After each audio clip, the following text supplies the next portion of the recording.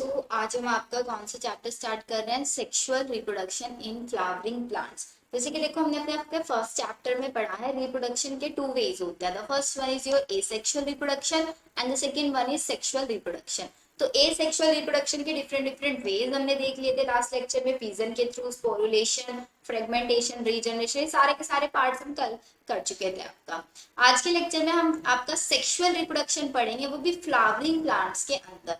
अभी flowering plants आपके कौन से प्लांट्स होते हैं या फिर कौन से कैटेगरी के अंदर आता है? All flowering plants come to the category of angiosperms, right. Angiosperms को ही हम क्या बोलते हैं? फ्लावरिंग प्लांट्स, मींस जिनके अंदर फ्लावरिंग होती है। फ्लावरिंग के भी अलग अलग वेज हमने कल देखे थे, मोनो कार्पल प्लांट्स और आपके बाइनियल प्लांट्स, पेरिनियल प्लांट्स, ये सब हमने टर्म्स कल पढ़ी थी। तो भी फ्लावरिंग प्लांट को देखो, पढ़ने से पहले ना आपको पता होना चाहिए कि आखिरकार फ्लावर के अंदर कौन कौन से पार्ट्स होते हैं। तो अगर हम एक जनरल फ्लावर की बात करते हैं तो उसके पास 2 पार्ट्स होते हैं। फर्स्ट पार्ट होता है उसके पास वेजिटेटिव पार्ट।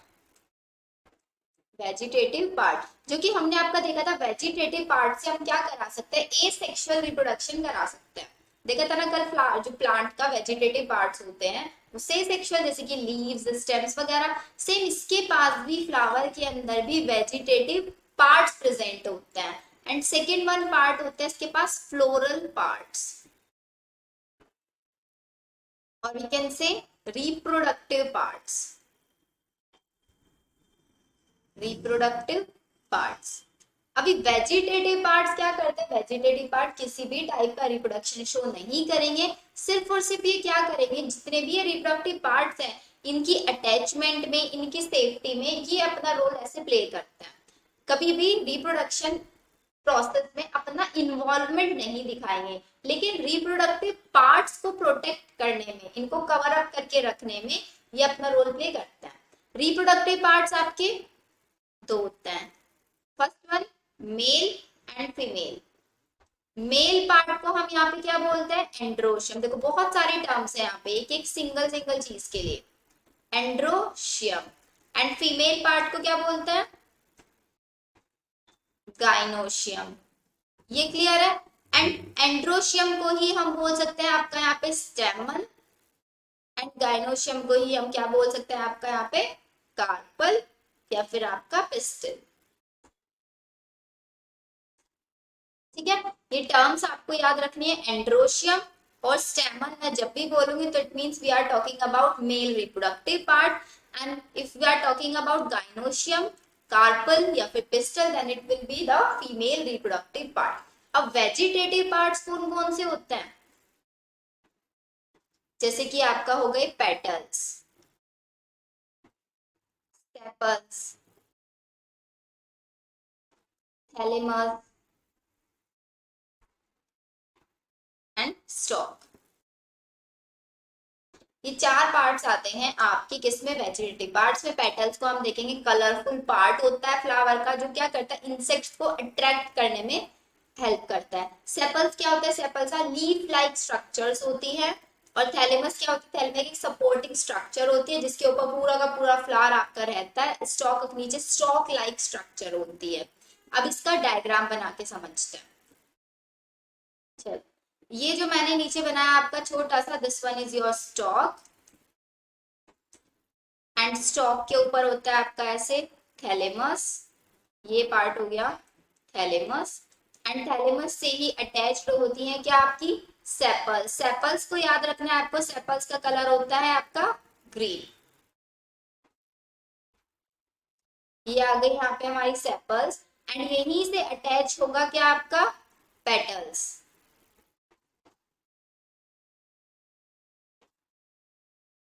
ये डायग्राम बनाना बहुत इंपॉर्टेंट है। ये आ गई यहाँ पे आपकी पेटल्स। अब बच गए हमारे कौन से? Reproductive parts. अब रिप्रोडक्टिव पार्ट्स को बना देते हैं।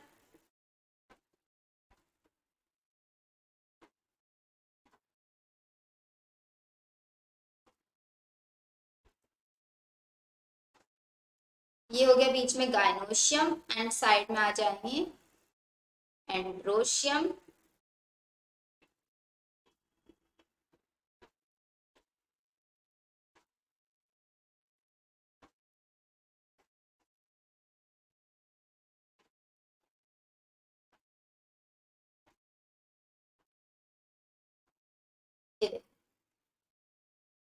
अब इनकी नेमिंग करो। सबसे नीचे वाला पार्ट तुमने बता दी स्टॉक। अब ये यहाँ पे जो सेपल होते हैं these are green structures, means green colour की होती है, एंड ये लीफ लाइक स्ट्रक्चर्स होती हैं। क्या बोलेंगे हम इनको? Leaf like structures. एंड ये कलरफुल पार्ट होता है पेटल्स। तो आप यहाँ पे लिख सकते हो these are the coloured part, means ये ब्राइट कलर का होता है। किस लिए? To become attractive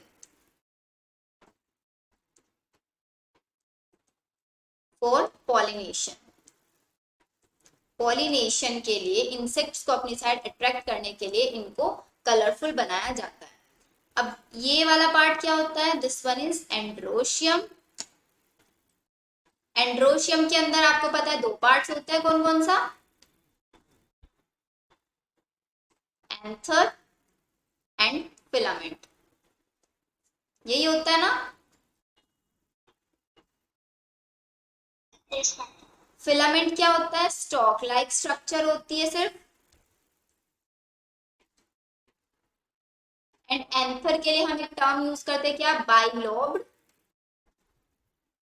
plus डाइथिकस। ये अभी समझ में आएगा बाइलोब्ड और डाइथिकस क्या होता है। एंड्रोशियम वाला पार्ट क्लियर। अब आता है फीमेल रिप्रोडक्टिव पार्ट पे। फीमेल रिप्रोडक्टिव पार्ट में जो सबसे नीचे वाला पार्ट है this is ovary, and ovary के अंदर ही प्रेजेंट होते हैं ओव्यूल्स। ये यहाँ पे नेक लाइक स्ट्रक्चर होती है, इसको बोलते हैं हम स्टाइल। एंड दिस वन सबसे अबव वाला पार्ट इज स्टिग्मा। एंड ये पूरा का पूरा क्या होता है? This one is gynoecium. Gynoecium. तो गायनोशियम के अंदर तीन पार्ट्स है। स्टिग्मा जो सबसे अपर वाला पार्ट है, एंड ये बहुत स्टिकी स्टिकी पार्ट होता है। एंड स्टिकी ये किस लिए होता है? बिकॉज यहाँ पे फॉर्मेशन हो रहा होता है पोलन ग्रेन का। पोलन ग्रेन जाके इसके ऊपर स्टिक हो जाए, इसलिए इसको बनाया जाता है स्टिकी नेचर का। फिर इसके बाद होती है ट्यूब नेक लाइक स्ट्रक्चर, जिसके थ्रू नेक लाइक स्ट्रक्चर मींस स्टाइल का सिर्फ एक काम होता है, स्टिग्मा को ओवरी से कनेक्ट करना। बिकॉज ओवरी के अंदर ही प्रेजेंट होता है ओव्यूल्स, एंड ओव्यूल्स है यहाँ पे, इट मींस यहाँ पे क्या है? Egg. Egg means female gamete.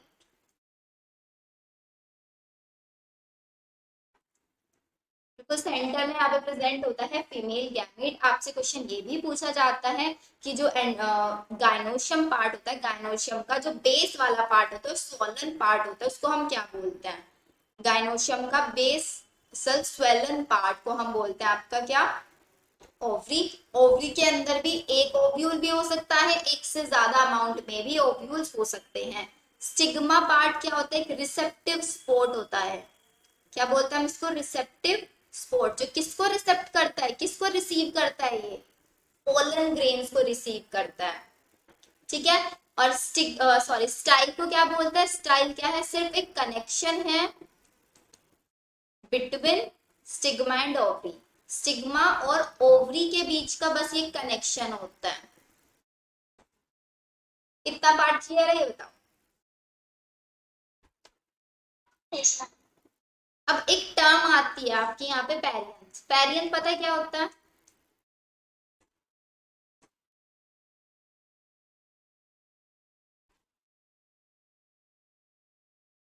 बताओ।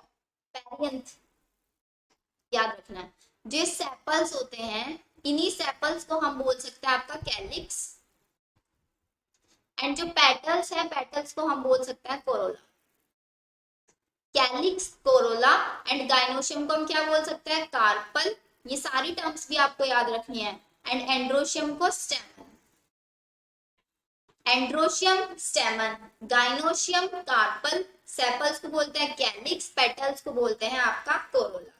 सेपल्स बोल लो या फिर कैलिक्स बोल लो, बात एक ही है। जब आपकी कैलिक्स एंड कोरोला एक दूसरे से क्या होता है, the floral involve including both, जब हम इन दोनों को एक जगह पे, या फिर हम ऐसे बोल सकते हैं कि एक ऐसा फ्लावर है हमारे पास जिसके अंदर आपके सेपल्स एंड आपके ये पेटल्स दोनों दोनों इनडिस्टिंग्विशेबल है। मीन्स हम फ्लावर को देख के नहीं बता पा रहे कि ये सेपल वाला पार्ट है या फिर पेटल वाला पार्ट है, तो हम उसको बोलेंगे पेरियन। तो मीन जब कलेक्टिवली हम बात करेंगे किसकी? सेपल प्लस पेटल, उसको बोलते हैं हम पेरियन। तो वो फ्लोरल पार्ट जिसके अंदर सेपल्स एंड पेटल्स इनडिस्टिंग्विशेबल होते हैं, दोनों एक साथ होते हैं, तो उस टर्म को बोलते हैं पैरियन। एंड इसमें एक सिंगल मीन्स, जैसे कि सपोज फॉर एक फ्लावर है, उसमें सेपल और पेटल दोनों एक जगह अटैच्ड है, तो उसके लिए हम टर्म क्या यूज करेंगे, टैपल टर्म यूज करेंगे, बिकॉज ना तो वो कंप्लीटली सेपल है ना वो कंप्लीटली पेटल है, तो वहां पे हम टर्म यूज करेंगे टैपल। एंड इस कंडीशन को बोलते हैं हम पैरियंथ। इंडिस्टिंग्विशेबल है, उस कंडीशन को बोल रहे हैं पैरियन। एंड जो वो नई लीफ बनेगी, नया वो आपका जो पेटल लाइक स्ट्रक्चर बनेगी, उसको बोलेंगे हम टैपल। बताओ, ये क्लियर हुआ? टैपल टर्म और ये पैरियन टर्म यहाँ पे बहुत इंपॉर्टेंट है। अब देखो नेक्स्ट, इसकी एक समरी बना के लिख लो ऐसे, ताकि आपको याद हो जाए। कैसे बनाओगे, लिखो एंड्रोशियम। एंड्रोशियम को क्या बोलते हैं हम, आपका स्टेमन बोलते हैं। एंड आपका गाइनोशियम, गाइनोशियम को क्या बोलते हैं आपका, कार्पल। और बच गया आपका क्या, सेपल। सेपल को बोलते हैं हम कैलिक्स। एंड पेटल को बोलते हैं हम कोरोला। जब हम इनका मॉर्फोलॉजी फ्लावरिंग प्लांट्स में फ्लोरल फॉर्मूला लिखते हैं, तो इसको लिखते हैं ए से, इसको लिखते हैं जी से, कैलिक्स को लिखते हैं के से, और कोरोला को लिखते हैं कैपिटल सी से। ये भी टर्म्स क्लियर आपकी? अब इसके बाद एंड्रोशियम के अंदर ही बनता है मेल गैमीट। एंड्रोशियम के अंदर ही बनता है मेल गैमीट, जिसको हम बोलते हैं पोलन ग्रेन। गाइनोशियम के अंदर बनता है फीमेल गैमीट, जिसको हम बोलते हैं क्या, ओव्यूल्स या फिर एग। एंड इस प्रोसेस को क्या बोलते हैं हम, जब मेल गैमीट पोलन ग्रेन का फॉर्मेशन हो रहा है, this process is known as microsporogenesis. And female के पार्ट टर्म्स में इसको क्या बोलेंगे, मेगास्पोरोजेनेसिस। याद कैसे रखोगे इसको, माइक्रो मीन्स होता है स्मॉल, तो आपको पता है मेल गैमीट एकदम छोटू सा होता है, स्मॉल होता है। फीमेल गैमीट साइज में बड़ा होता है, तो मेगा मीन्स होता है लार्ज, माइक्रो मीन्स स्मॉल। तो इसलिए इन टर्म्स को आप ऐसे याद रख सकते हो, माइक्रोस्पोरोजेनेसिस हम मेल गैमीट के फॉर्मेशन को बोलते हैं, एंड मेगास्पोरोजेनेसिस हम फीमेल गैमीट के फॉर्मेशन को बोलते हैं। क्लियर? चलो, अब इतना क्लियर हुआ। अब हम सबसे पहले स्टार्ट करते हैं आपका माइक्रोस्पोरोजेनेसिस।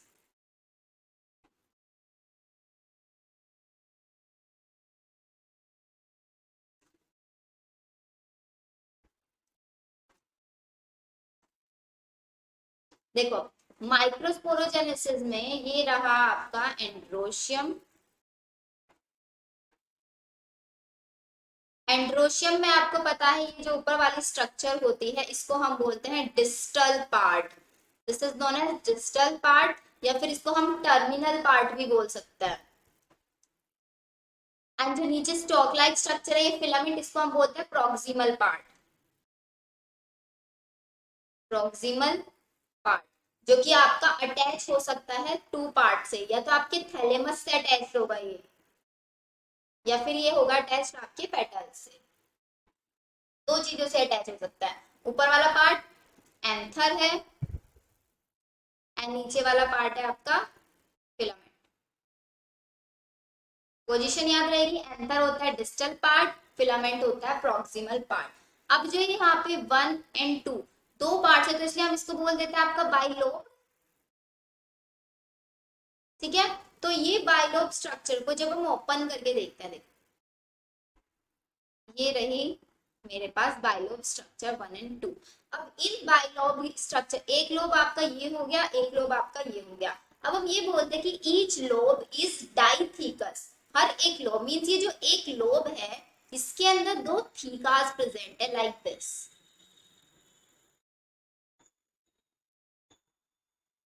ऐसे इसकी स्ट्रक्चर होती है। तो मींस वन लोब के अंदर दो थीकास प्रेजेंट है, ये रहे।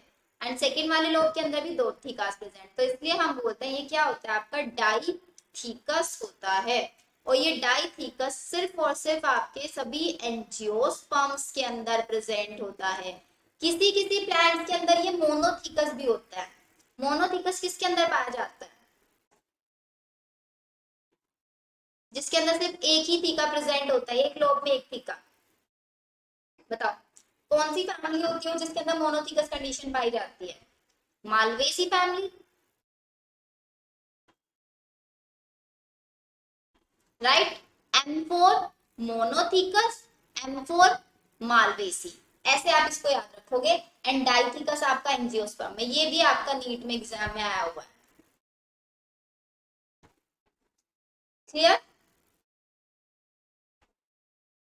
अब जो ये यहाँ पे डाइथीकस बनाया मैंने एक थीका ये और एक थीका ये, इन्हीं के अंदर आपके बनते हैं क्या? माइक्रोस्पोरेंजिया। माइक्रोस्पोरेंजिया, जो माइक्रोस्पोरेंजिया फॉर्मेशन करते हैं पीएमसी का, पोलन मदर सेल का फॉर्मेशन करते हैं, एंड फाइनली आपके पोलन ग्रेन का जो फॉर्मेशन कराने के लिए रिस्पॉन्सिबल होते हैं। तो मैं ये बोल सकती हूँ ना, आपके एक एंथर में 1 anther is equals to 2 lobe, ठीक है, and is equals to 4 theca and is equals to 4 microsporangia. Is this correct or not? देखो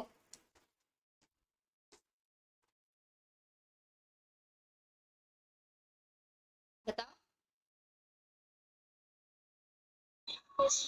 चलो अब इसी की स्ट्रक्चर, जो ये हमने यहाँ पे डाइथीकस कंडीशंस बनाई हैं, इसकी स्ट्रक्चर देखते हैं डिटेल में। बनाओ चलो इसकी स्ट्रक्चर को।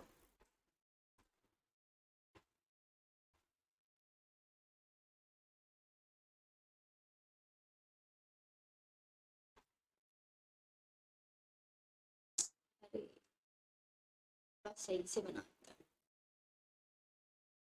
चलो मैं एक काम करती हूँ, सिर्फ इसके साइड वाली स्ट्रक्चर बना, बिकॉज हमें तो सिर्फ इसकी लेयर्स देखनी है और ज्यादा कुछ इसमें पढ़ना नहीं है। ये मैंने यहाँ पे बना दिया एक रफ स्ट्रक्चर, ठीक है। मैं सिर्फ इसके ये वाली थीका की स्ट्रक्चर बनाती हूँ, इसी में बताती हूँ आपको कौन कौन सी लेयर्स प्रेजेंट होती हैं।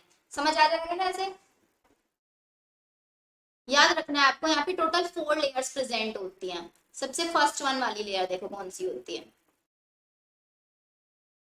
4 लेयर्स प्रेजेंट होती हैं। पहली लेयर होती है इसके अंदर एपिडर्मिस लेयर, तो ये लेयर मैंने आपकी बना दी यहाँ पे एपिडर्मिस।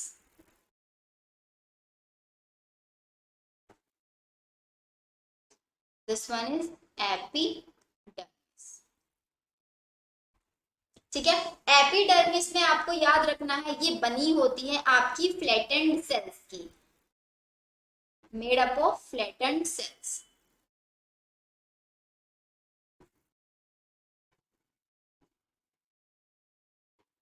अब इसके बाद जो सेकेंड लेयर होती है उसको बोलते हैं हम आपका क्या? एंडोथीशियम। इसके अंदर आपके रेडियली अरेंज्ड सेल्स प्रेजेंट होता है। सेकेंड लेयर ये तो होगी आपकी फर्स्ट एपिडर्मिस, सेकेंड होगी आपकी एंडोथीशियम, जिसके अंदर प्रेजेंट है क्या? आपकी radially arranged sales.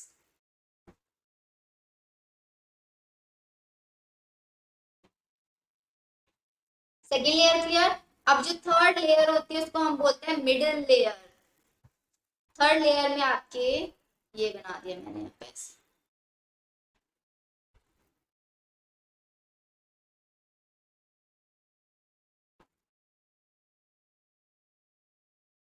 Third one is known as middle layer. And ये मिडिल लेयर आपकी बनी होती है पैरेन्काइमेटस टिश्यूज की, जिसकी 3 से 4 लेयर्स प्रेजेंट होती हैं। 3 से 4 लेयर ऑफ पैरेन्काइमेटस टिश्यूज या फिर सेल्स लिख लो। फिर इसके बाद फोर्थ लेयर में आती हैं आपकी, इसको ब्लू पे बनाते हैं, ये देखो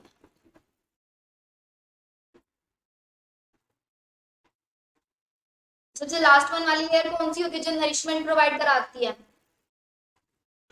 क्या नाम होता है इसको फोर्थ वन का? टैक्ट। टैपेटम, या वेरी गुड, टैपेटम लेयर जो कि प्रोवाइड कराती है नरिशमेंट, एंड इसकी शेप कैसी होती है, पिरामिडल शेप।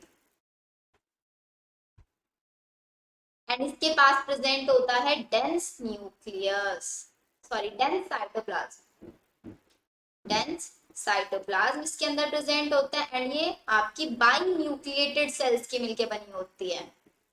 यहां से भी आपका क्वेश्चन आता है, शेप पिरामिडल होगी, देन साइटोप्लाज्म होगा एंड बाई न्यूक्लिएटेड होगी, and it will provide nourishment to the pollen grain. Pollen grain को क्या करेगी, ये नरिशमेंट देने का काम करेगी। एंड इसके पास एंजाइम होता है कैलेज नाम का, उसका फंक्शन मैं अभी समझाऊंगी आपको क्या होता है। एंड ये स्पोरोपेलिनिन का भी फॉर्मेशन करती है, जो सबसे हार्डेस्ट मटेरियल होता है आपके पोलन ग्रेन को, एक फोसिल नेचर जो प्रोवाइड कराता है, हार्डेस्ट मटेरियल। ठीक है, 4 लेयर्स होती हैं किसमें, ये पूरा का पूरा जो आपने स्ट्रक्चर देखी किसकी, बाइलोब स्ट्रक्चर एंथर की। फर्स्ट एपिडर्मिस जो फ्लैटेंड सेल्स की बनी होती है, second endothecium radial arrange cells होती हैं, थर्ड मिडिल लेयर जिसमें 3 से 4 लेयर होती है पैरेन्काइमेटस सेल्स की, फिर फोर्थ वन जो सबसे इनर वाली लेयर होती है। तो हम इसको, ये आपसे एग्जाम में ये भी पूछा जा सकता है कि जो सबसे इनर मोस्ट लेयर होती है उसका कैसा नेचर होता है, बाई न्यूक्लिएटेड होती है, मोनो न्यूक्लिएटेड होती है, ये सारी चीजें। बिकॉज ये नरिशमेंट देने का काम करते हैं इसलिए सबसे direct attachment means directly attached होती है आपके, कैलेज एंजाइम होता है। अब सेंटर में यहाँ पे देखो क्या प्रेजेंट होता है, ये होता है आपका homogeneous tissues, this is your homogeneous tissues, and ये टिश्यू बना होता है आपके स्पोरोजीनस टिश्यूज से, स्पोरोजीनस टिश्यूज से। एंड इसी टिश्यू के पास इतना पोटेंशियल होता है कि ये आपके पीएमसी मींस माइक्रोस्पोर्स का फॉर्मेशन कर सकता है। तो it has potential to produce microspore tetrad.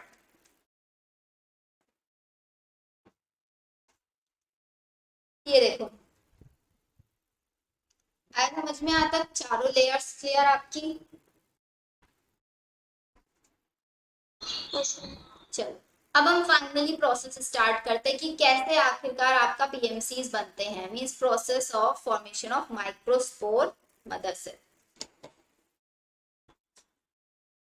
Microsporogenesis. Microsporogenesis में क्या बनता है वो देखते हैं, इसको हम क्या बोलते हैं, माइक्रोस्पोरोजेनेसिस को process of formation of pollen grain, process of formation of pollen grain,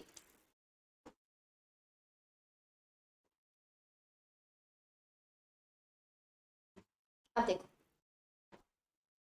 सबसे पहले आपका है पीएमसी, पोलन मदर सेल। ठीक है, पोलन मदर सेल का नेचर क्या होता है, हैप्लॉइड या डिप्लॉइड, क्या नेचर होता है, डिप्लॉइड नेचर होता है। अभी डिप्लॉइड नेचर है तो हम इसके अंदर कौन सा डिवीजन कराएंगे गैमीट्स बनाने के लिए, कौन सा डिवीजन कराएंगे,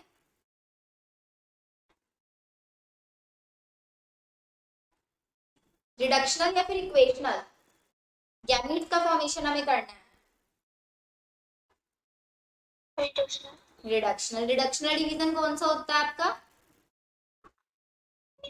meiosis. Meiosis is your reductional division, meiosis 1 या फिर meiosis 2, meiosis 1, meiosis 2 equational division होता है। ठीक है, तो यहाँ पे आपकी बन गई 2 सेल्स, दोनों का नेचर बन गया हैप्लॉइड,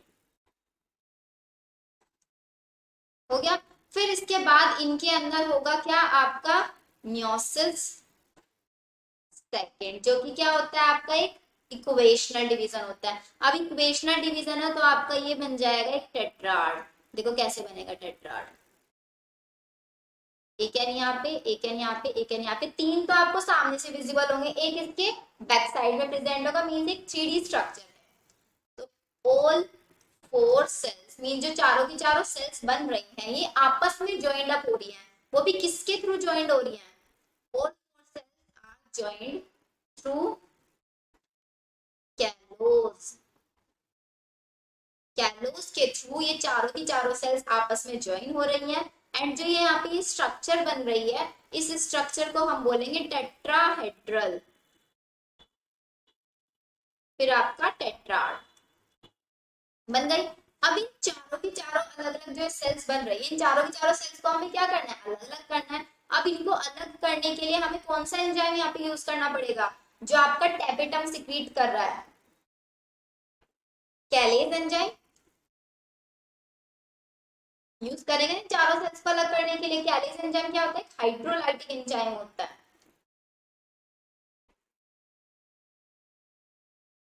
तो हमारी अब चारों की चारों सेल्स हो गई अलग अलग, एंड ये चारों की चारों फर्दर डिवाइड, सॉरी फर्दर अपने आप की ग्रोथ कराएंगे। तो सपोज मैं एक सेल की यहाँ पे ग्रोथ करा के दिखा रही हूँ आपको, ये बन गया।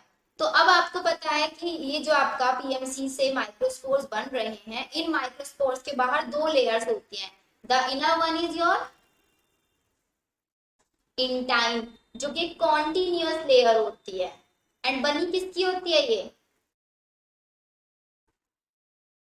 कॉन्टिन्यूअस लेयर है, एंड बनी किसकी होती है बताओ?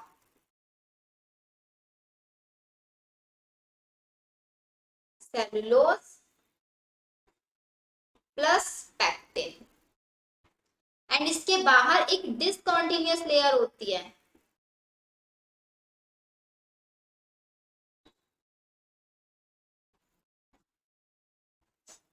ये देखो, ये कौन सी लेयर होती है आपकी? Exine, outer layer. इंटाइन को लिख लेना इनर, एंड एक्साइन से याद रखना external. E for external, E for exine, I for internal, I for intine. Exine बनी होती है आपकी स्पोरोपेलेनिन की। ये स्पोरोपेलेनिन की क्या करता है? एक हार्डेस्ट मटेरियल होता है जो आपके पॉलन ग्रेन को फॉसिल नेचर प्रोवाइड कराता है।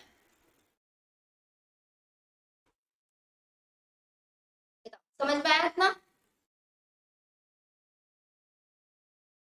एंड ये सबसे हार्डेस्ट मटेरियल होता है। तो ये क्या करता है? आपके जो ये सेल है अंदर, जो आपका गैमीट है, इस गैमीट को प्रोटेक्ट रखता है हर एक टाइप के एंजाइम से, और एल्कली मीडियम से भी ये इसको प्रोटेक्ट करके रखता है। ठीक है, एंड इनके बीच में जो है यहाँ पे पोर्स बन रहे हैं, जब बिकॉज एक्साइन आपको पता है डिसकॉन्टिन्यूअस लेयर है, लिख लो इसको भी यहाँ पे, डिसकॉन्टिन्यूअस लेयर है। तो इसके बीच में जहां पे पोर्स बन रहे हैं, इनको बोलते हैं हम आपके जर्म पोर, जहां से आपकी क्या बनती है? पोलन ट्यूब बनती है।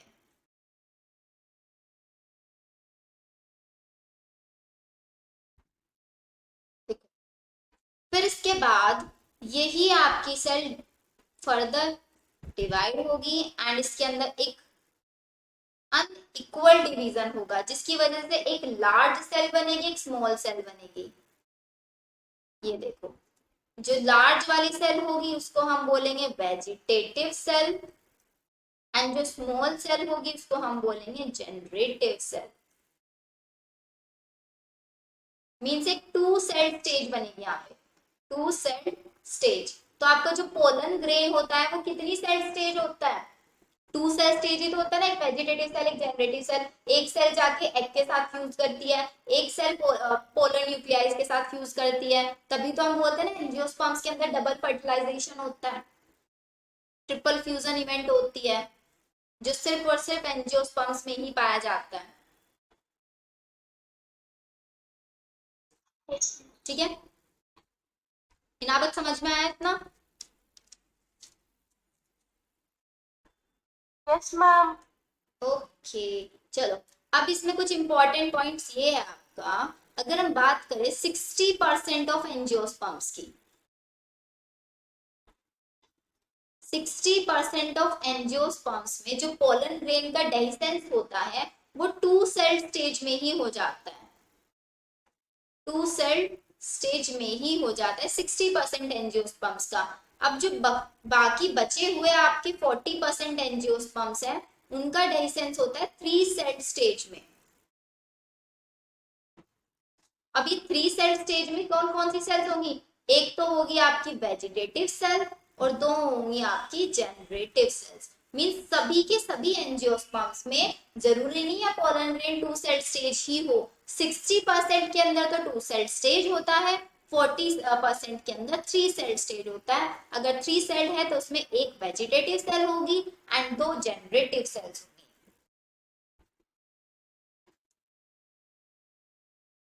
ठीक है।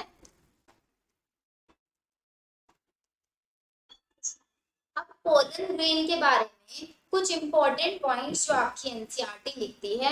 द फर्स्ट टर्म जो उन्होंने एनसीईआरटी में यूज किया है इसका वाइबिलिटी, स्पेलिंग से लिखते हैं। वाइबिलिटी का मतलब क्या होता है? What do you understand by viability?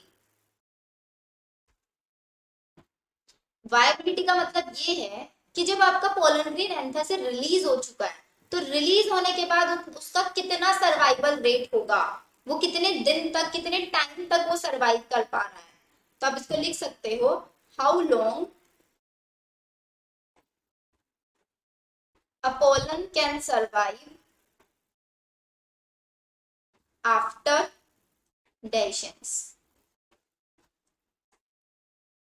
Exam में सिर्फ आपसे किसके लिए पूछा जाता है? व्हीट एंड राइस के लिए। व्हीट एंड राइस का जो पोलन ग्रेन है वो सिर्फ 30 मिनट्स तक सरवाइव कर सकता है after releasing from anther. But अगर आपका बात करें रोजेसी फैमिली, स्पेलिंग चेक कर लेना कि ठीक है, लेग्यूमिनेसी एंड सोलेनेसी, इन तीनों फैमिलीज का जो पोलन ग्रेन होता है वो 1 मंथ तक सरवाइव कर सकता है। तो अगर हम बात कर रहे हैं एग्जाम में पूछा जाए रोजेसी, लेग्यूमिनेसी, सोलेनेसी की पोलन ग्रेन की वाइबिलिटी कितनी होती है तो मंथ्स तक हो सकती है, एंड व्हीट एंड राइस की सिर्फ 30 मिनट्स तक होती है।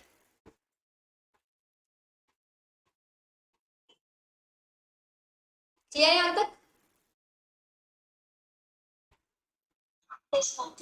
अभी सेकेंड पॉइंट आपका आता है यहाँ पे एलर्जीज। आपको पता है कि पोलन ग्रेन बहुत सारे टाइप की एलर्जीज भी कर सकता है, एंड जनरली कौन सा पोलन ग्रेन होता है आपको जो एलर्जी करता है? Carrot grass. सपोज एक कैरेट ग्रास है, उसके साथ एक व्हीट प्लांट आके ऐड हो गया, तो इनके जो पोलन ग्रेन है वो जनरली आपके क्या करते हैं? एलर्जी कोज करते हैं। एलर्जी की वजह से आपको क्या होता है? ब्रीथिंग में प्रॉब्लम होती है, जिसको हम बोल सकते हैं ब्रोंकाइटिस। आपके ब्रोंक्यूल्स में प्रॉब्लम आपको फील होती है, एंड इसी ब्रोंकाइटिस का मतलब क्या होता है? इन्फ्लेमेशन ऑफ ब्रोंकी, या फिर ब्रोंक्यूल्स में अगर कोई भी इन्फ्लेमेशन हो गई है तो डायरेक्ट वे में हम ये बोल सकते हैं जो आपकी पोलन ग्रेन है वो ब्रोंकाइटिस कोज कर सकता है। Inflammation of bronchi and bronchioles। ये हो गया आपका सेकेंड पॉइंट। थर्ड पॉइंट होता है हम पोलन ग्रेन्स को एज अ सप्लीमेंट भी यूज कर सकते हैं। सप्लीमेंट में कैसे यूज कर सकते हैं? As a tablet and syrup. And कौन यूज करता है जनरली पोलन ग्रेन्स को? जो आपके एथलीट्स होते हैं या फिर आपके रेस फोर्स होते हैं, वो यूज करते हैं पोलन ग्रेन की टैबलेट्स को to enhance their performance. Next fourth point जो आपके एनसीईआरटी ने यहाँ पे लिखा है, क्रायो प्रिजर्वेशन। क्रायो प्रिजर्वेशन का मतलब ये होता है कि आप पोलन ग्रेन को प्रिजर्व करके भी रख सकते हो, एंड पोलन ग्रेन को प्रिजर्व करने के लिए आपको क्या करना पड़ेगा? -196 डिग्री टेम्परेचर मेंटेन करना पड़ेगा, प्लस उसको लिक्विड नाइट्रोजन के अंदर आपको स्टोर करना पड़ेगा, तब आप पोलन ग्रेन को लॉन्ग टर्म तक स्टोर करके रख सकते हो। हो गया क्लियर?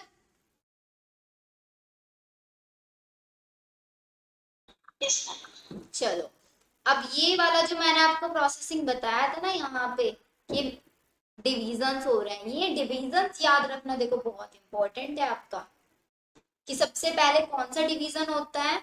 आपके मियोसिस 1 होता है, फिर आपका मियोसिस 2 होता है, एंड ये चारों के चारों जो आपके नए सेल्स बने हैं वो आपस में डेवलप किसके अंदर होते हैं? कैलोज के अंदर डेवलप होते हैं एंड फिर उसको ब्रेक करने के लिए हम कैलेज एंजाइम का यूज करते हैं। यहाँ से बहुत क्वेश्चंस आते हैं आपके। तो जनरली मैंने बताया कि आपका जो पोलन ये आपका पीएमसी है, इसकी जो स्ट्रक्चर होती है से बनने वाले पोलन ग्रेन की टेट्राड स्ट्रक्चर होती है, लेकिन टेट्राड के साथ साथ ना और भी डिफरेंट डिफरेंट शेप्स देखी जाती है अलग अलग प्लांट्स में। जैसे कि अगर मैं आपको बताती हूँ तो इसकी स्ट्रक्चर लीनियर भी हो सकती है, आइसोबाइलेटरल भी हो सकती है एंड टी शेप भी हो सकता है ये। अगर लीनियर की बात करें तो चारों की चारों सेल्स ऐसे प्रेजेंट होगी,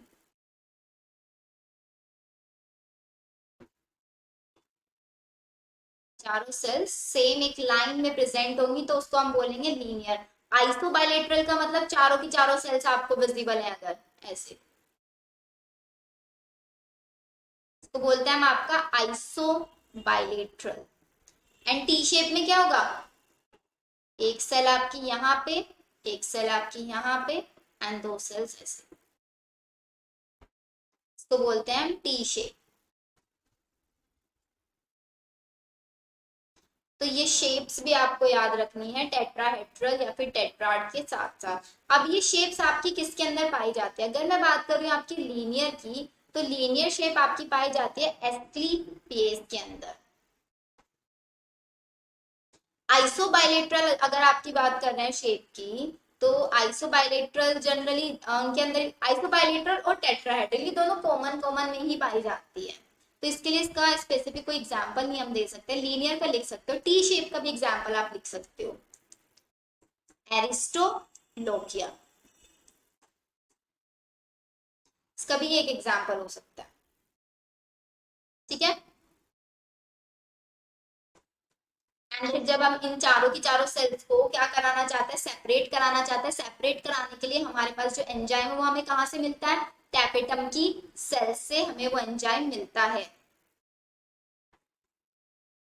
ये क्लियर। अब एक और इम्पोर्टेंट चीज है यहाँ पे आपका, चलो यहीं पे लिख देती हूँ, जो टैपेटम होता है आपके एंजियोस्पर्म्स के अंदर, टैपेटम के पास दो टाइप की सेल्स प्रेजेंट होती हैं, एक होती है आपकी सिक्रीटरी टैपेटम या फिर सिक्रीटरी सेल्स आप इसको बोल सकते हो, एंड एक होती है आपकी एमीबॉइड, एमीबॉइड टैपेटम। एंजियोस्पर्म के टैपेटम की मैं यहाँ पे बात करूँ, एंजियोस्पर्म्स के अंदर जो टैपेटम है उसकी सेल्स में दो टाइप्स की पाई जाती है, ग्लैंडुलर भी बोल सकते हैं इसको सिक्रीटरी को, या फिर आप इसको डायरेक्ट सिक्रीटरी पे अगर लिखना चाहो तो लिख लो ग्लैंडुलर, क्या आपका एग्जाम में आपका कैसे ही आ जाए। इसका भी सेकेंड नाम लिख लो आपका पेरी प्लाज्मोडियल।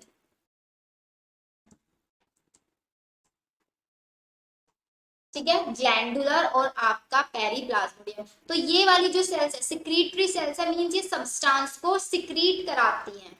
क्या क्या सिक्रीट कराएंगे, जैसे कि आपका कोई भी एंजाइम रिलीज हो रहा है वहां से नरिशमेंट के लिए, जो अमाइनो एसिड्स या फिर न्यूट्रिटिव मटेरियल जो सिक्रीट हो रहा है वो ये वाली सेल्स आपका सिक्रीट कराती हैं। पेरीप्लाज्मोडियल या फिर जो अमीबॉइड सेल्स हैं ये आपका क्या करती हैं, डिसोल्यूशन कराने में हेल्प करती है वॉल का। बिकॉज डिसोल्यूशन कैसे, वो देखो यहाँ पे, सपोज ये वाला आपका पोलन ग्रेन यहाँ पे बन रहा है, ठीक है, अभी पोलन ग्रेन को यहाँ से रिलीज भी तो होना है ना बाहर, अभी रिलीज होने के लिए जो ये यहाँ पे ये आपकी टैपेटम प्रेजेंट है, ये टैपेटम की कौन सी सेल्स, अमीबॉइड सेल्स या फिर पेरीप्लाज्मोडियल टैपेटम की सेल्स क्या करेंगी, इस पोलन ग्रेन का को यहाँ पे रिलीज कराने में, इन्वायरमेंट में रिलीज कराने में हेल्प करेंगी। जो यहाँ पे जो वॉल है इस वॉल का डिसोल्यूशन ये आपका करा देती है। तो दो टाइप की सेल, एक सेल नरिशमेंट प्रोवाइड कराएंगी, एक सेल पोलन ग्रेन को बाहर निकलने में हेल्प करेंगी। बस इतना याद रख लेना सफिशिएंट है।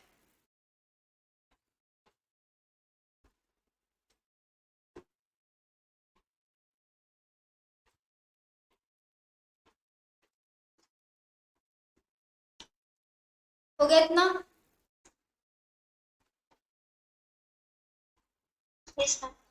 चलो अब इतना हमारा डन है, अब इसके बाद देखते हैं हम आपका पोलन ग्रेन की स्ट्रक्चर।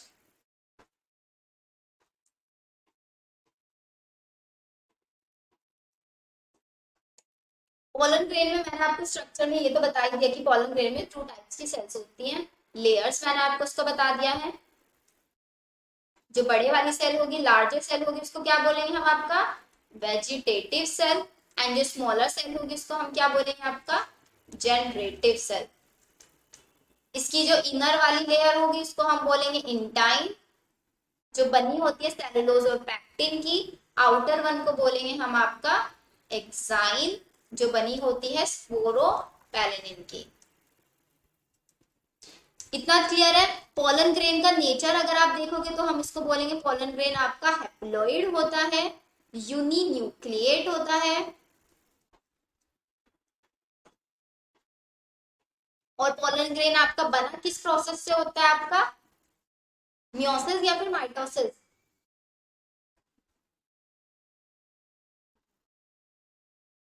मियोसिस से बनता है या माइटोसिस से बनता है, ये बताओ।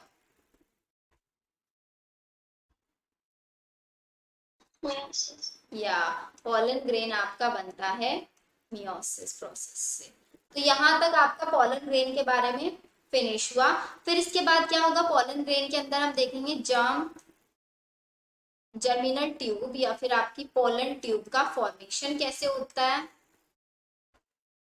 आई थिंक फॉर्मेशन तो हम इसका मेगास्पोरोजेनेसिस के टाइम पे भी कर सकते हैं। चलो अब फिर पहले नाम इसका वही मेगास्पोरोजेनेसिस स्टार्ट करते हैं। मेगास्पोरोजेनेसिस। अभी मेगास्पोरोजेनेसिस आपको पता है, megasporogenesis the process of formation of megaspore.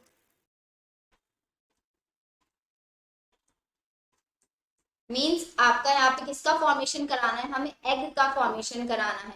तो इसके लिए आपको स्ट्रक्चर ऑफ ओव्यूल यहाँ पे पढ़ना पड़ता है। स्ट्रक्चर ऑफ ओव्यूल मैं यहाँ पे आपको बना के दिखा रही हूँ।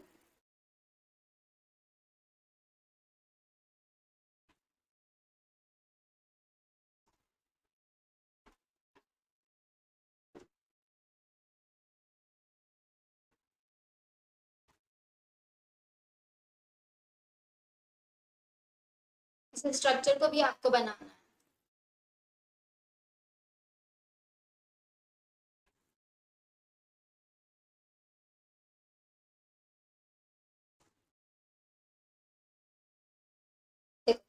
सबसे पहले जो नीचे ये आपका स्टॉक लाइक स्ट्रक्चर है इसको हम बोलते हैं फ्यूनिकल। एंड ये नीचे वाला पार्ट जो ओपन है यहाँ से, इसको हम बोलते हैं आपका माइक्रोपाइल। एंड ऊपर वाला जैसे इसके माइक्रोपाइल के जस्ट अपोजिट वाला पार्ट होता है आपका चलाजल एंड या फिर चलाजल पॉइंट। जो यहाँ पे मैंने लेयर्स बनाए हैं इनको बोलेंगे इंटेगुमेंट। तो जो सबसे आउटर वाली है उसको हम बोलेंगे outer integument and inner one को बोलेंगे इनर इंटेगुमेंट।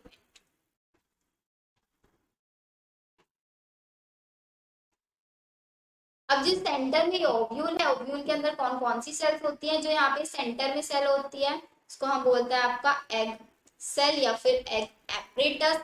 अब एग एपरेटस के जस्ट साइड में जो 2 सेल्स है आपकी, इसको बोलते हैं सिनर्जिड सेल। सेंटर में होते हैं यहाँ पे आपके 2 पोलर न्यूक्लियाई एंड जस्ट ऊपर की साइड में प्रेजेंट होती है आपकी एंटीपोडाल सेल्स। अब हमेशा याद क्या चीज आपको रखनी है, माइक्रोपाइलर एंड की साइड में प्रेजेंट होता है आपका एग। तो एम ई से आप याद रखोगे माइक्रोपाइलर साइड, माइक्रोपाइलर एंड की साइड होता है आपका egg present and chalazal end की साइड होते हैं आपकी एंटीपोडाल सेल। ये चीज इंपॉर्टेंट है, आपको याद रखना।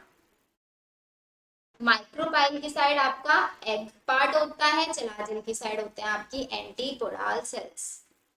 जो बीच में पूरा का पूरा स्ट्रक्चर है जिसके अंदर सारी सेल्स प्रेजेंट है, इसको हम बोलते हैं आपका embryo cell.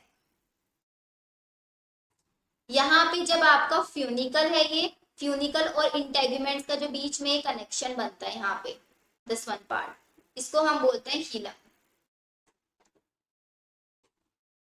Point of attachment of body of ovule with funicle. जो पूरी की पूरी ओव्यूल की बॉडी है ये अटैच हो रही है जहां पे फ्यूनिकल से, इस अटैचमेंट पॉइंट को ही हम हीलम बोलते हैं।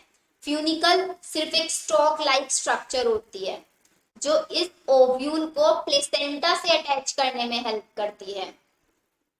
It attach the ovule to placenta. Placenta से इसको अटैच कराने में ये आपकी हेल्प करती है, ठीक है। अब इन इंटेग्यूमेंट्स के यहाँ पे इनर साइड में भरा रहता है एक लिक्विड, जिसको हम बोलते हैं आपका न्यूसिलस। न्यूसिलस क्या होता है? एक पैरेनकाइमेटस टिश्यू होता है, पैरेनकाइमेटस टिश्यू, जिसके चारों तरफ प्रेजेंट होते हैं आपके इंटेग्यूमेंट्स। इंटेग्यूमेंट सिर्फ और सिर्फ कवरिंग है जो डेवलपिंग एम्ब्रियो को प्रोटेक्शन देने में हेल्प करती है। हो गया यहाँ तक क्लियर?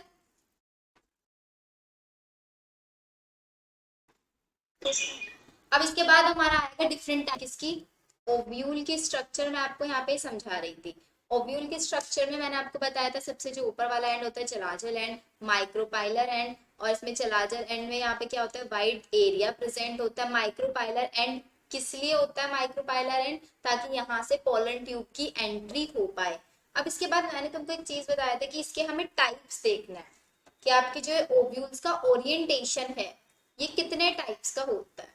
यहाँ से भी आपका एक क्वेश्चन आता है नीट में, टाइप्स ऑफ ओव्यूल्स। लिखो, फर्स्ट टाइप ऑफ ओव्यूल होता है आपका ऑर्थोट्रोफस ओव्यूल। ऑर्थोट्रोफस ओव्यूल।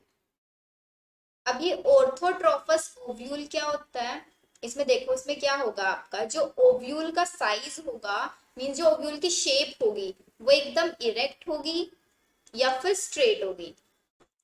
टू टाइप से हो सकती है, इरेक्ट होगी या स्ट्रेट होगी। इरेक्ट और स्ट्रेट होने का मतलब क्या है? आपके जो ओव्यूल के अंदर हीलम पार्ट है और इसका जो चलाजल पार्ट है प्लस माइक्रोपाइल, इन तीनों की पोजीशन क्या होने वाली है अगर आपका ओव्यूल बिल्कुल स्ट्रेट होगा तो? माइक्रोपाइल। ये तीनों के तीनों आपके सेम वर्टिकल एक्सिस में दिखेंगे, सेम वर्टिकल एक्सिस में आपके लाई करेंगे।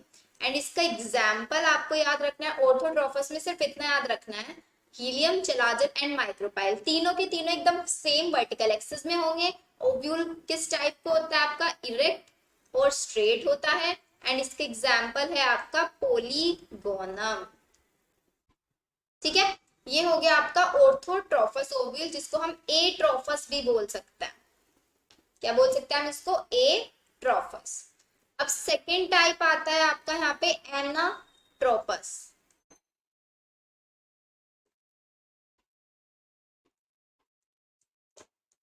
अब एनाट्रोपस में क्या होगा? जो आपका ओव्यूल होगा वो आपका इन्वर्टेड होगा। Ovule will be inverted. Inverted ovule पे पोजीशन क्या होगी माइक्रोपाइल चलाजल्स की?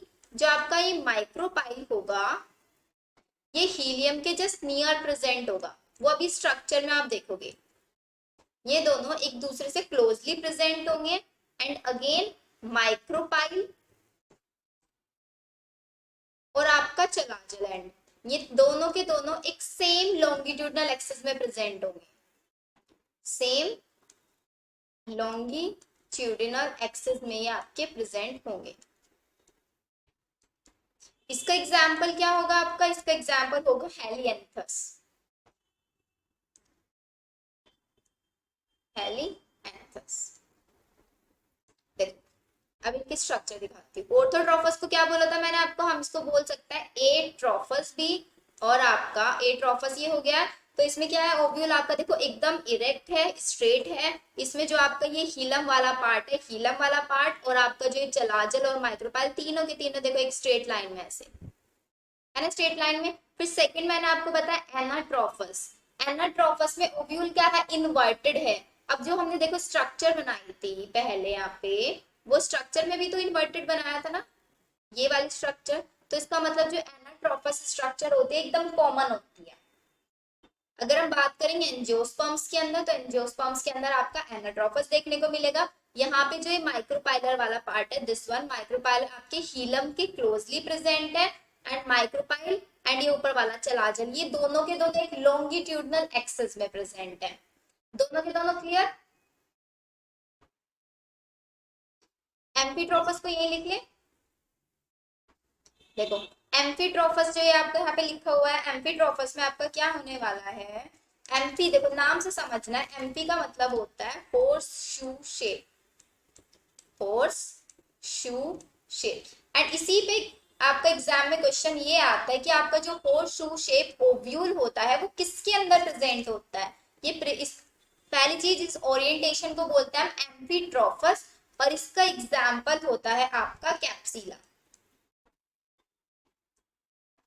एग्जाम्पल है इसका आपका कैप्सिला, एंड इसकी शेप होती है हॉर्स शू शेप। इसी पे आपका नीट एग्जाम में क्वेश्चन आता है, यही आप नोट डाउन करो। फिर इसके बाद कौन सा है आपका हेमी एनाट्रोपस। हेमी एनाट्रोपस में क्या होगा, जो आप ओव्यूल को देख रहे हैं, ओव्यूल क्या है आपका, जो ये एनाट्रोपस है यहाँ पे स्ट्रेट, इसी को क्या कर दिया, इसी को थोड़ा सा बेंड कर दिया, मतलब इसको ट्विस्ट कर दिया है हाफ साइड में, 45 डिग्री इसको हमने रोटेट कर दिया ना, तो इसलिए हमने इसको बोला हेमी एनाट्रोपस। जो आपका एनाट्रोपस है उसको 45 डिग्री मींस हाफ हमने उसको रोटेट करा दिया है, तो इसको हम लिखेंगे twisted half way. Half way हमने इसको ट्विस्ट कर दिया है। अब ये नीचे वाला पार्ट क्या होता है आपका, दिस वन इज फ्यूनिकल, है ना, और ये आपका क्या है यहाँ पे माइक्रोपाइल। तो इसका मतलब हम ये बोलेंगे कि जो माइक्रोपाइल पार्ट है ये फ्यूनिकल वाला पार्ट है, दोनों के दोनों एक दूसरे के राइट एंगल पे प्रेजेंट है नहीं, राइट एंगल पे प्रेजेंट। एंड यहाँ पे आपका माइक्रोपाइल और इसके अपोजिट में ये होता है आपका चलाजल एंड, तो माइक्रोपाइल एंड चलाजल दोनों के दोनों क्या एक लॉन्गिट्यूडनल एक्सिस में प्रेजेंट है, हॉरिजॉन्टली प्रेजेंट है यहाँ पे। इसका एग्जाम्पल क्या होगा आपका रेननक्यूलस। क्लियर, हेमी एनाट्रोपस भी। फिर इसके बाद आता है आपका कैंपाइलोट्रोपस। अब कैंपाइलोट्रोपस में आप क्या देख रहे हो, जो हेमी वाला था इसी को उठा के थोड़ा सा और हमने क्या कर दिया, ट्विस्ट कर दिया है, मतलब अब इसकी जो शेप हो चुकी है वो कर्व्ड शेप ही आपका बन चुका है ओव्यूल। हेमी को ही थोड़ा सा और ट्विस्ट करा दिया हमने। इसका मतलब जो माइक्रोपाइल और फ्यूनिकल दोनों राइट एंगल पे प्रेजेंट थे, अब इनको राइट एंगल से लाके हमने क्या कर दिया, माइक्रोपाइल और फ्यूनिकल को एकदम क्लोज क्लोज लाने की कोशिश की हमने। माइक्रोपाइल का जो फेस है is just toward the face of funicle. And इसका एग्जाम्पल जो आपसे नीट में पूछा जाता है मस्टर्ड, ये आपको याद रखना है। बताओ याद रहेगा, एनाट्रोपस में बिल्कुल स्ट्रेट, सॉरी एट्रोपस में, जिसको ऑर्थोट्रोपस भी बोलते हैं, एनाट्रोपस में जनरली जो हम स्ट्रक्चर बनाते हैं एम्फीट्रोपस, ये हो गया आपका होर्सशू शेप। हेमी एनाट्रोपस में 90 डिग्री पे होंगे माइक्रोपाइल और फ्यूनिकल, यहाँ पे इसके क्लोज में आ जाएगा ये, एंड यहाँ पे बिल्कुल पूरा का पूरा हमने इसको ट्विस्टेड कर दिया है। किरकिनोट्रोपस, इसके अंदर क्या है, ओव्यूल एकदम स्ट्रेट है, ओव्यूल पूरा का पूरा स्ट्रेट है, और इसका जो माइक्रोपाइल वाला पार्ट है ये फेसिंग अपवर्ड है। लिख लो इसको, माइक्रोपाइल इज फेसिंग अपवर्ड। देखो किसी भी में आप देख रहे हैं माइक्रोपाइल ये वाला पार्ट यहाँ पे भी फेस में ऊपर की साइड है और यहाँ पे भी ऊपर की साइड है, लेकिन डिफरेंस क्या है, यहाँ पे फ्यूनिकल की साइड से प्रेजेंट है। देखो ये अगर हम बोले यहाँ पे ये आपका हीलम वाला पार्ट, तो इसमें हीलम और माइक्रोपाइल दोनों एक स्ट्रेट लाइन में आ रहे हैं, लेकिन यहाँ पे हीलम और माइक्रोपाइल स्ट्रेट लाइन में नहीं आ रहे हैं ना, स्पेसिंग अपवर्ड। बट आपका जो माइक्रोपाइल है और हीलम है ये आपके एक स्ट्रेट लाइन में लाइन नहीं करेंगे। और इसका एग्जाम्पल क्या होगा आपका ओपनटिया, ये आपको यहाँ पे इसका एग्जाम्पल लिखना है। करो चलो इसको डायग्राम, रफली डायग्राम बनाना चाहो रफली डायग्राम बना लो, या फिर इनका छोट लिख लो किसके अंदर क्या होता है, इसके अंदर क्या होता है।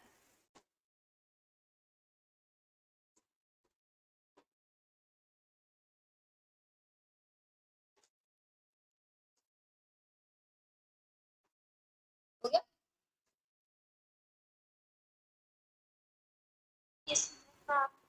चलो अब इतना हमारा डन हुआ, अब हम चल रहे हैं आगे। तो अब मैं आपको क्या पढ़ा रही थी, मेगास्पोरोजेनेसिस, है ना, मेगास्पोरोजेनेसिस। अभी मेगास्पोरोजेनेसिस में नीट में क्वेश्चन आता है आपका स्टाइल से। स्टाइल क्या पार्ट होता है, ये देखो, ये नीचे वाला part ovary, this one is your style, and इसके ऊपर की साइड होता है आपका स्टिग्मा। तो इस स्टाइल पे ये क्वेश्चन आता है, आपके स्टाइल ना टू टाइप्स का होता है। सुना है कौन कौन से टाइप का स्टाइल प्रेजेंट होता है? एक होता है आपका होलो और एक होता है आपका सॉलिड। एंड ये क्वेश्चन आपका नीट 2015 में आया हुआ है।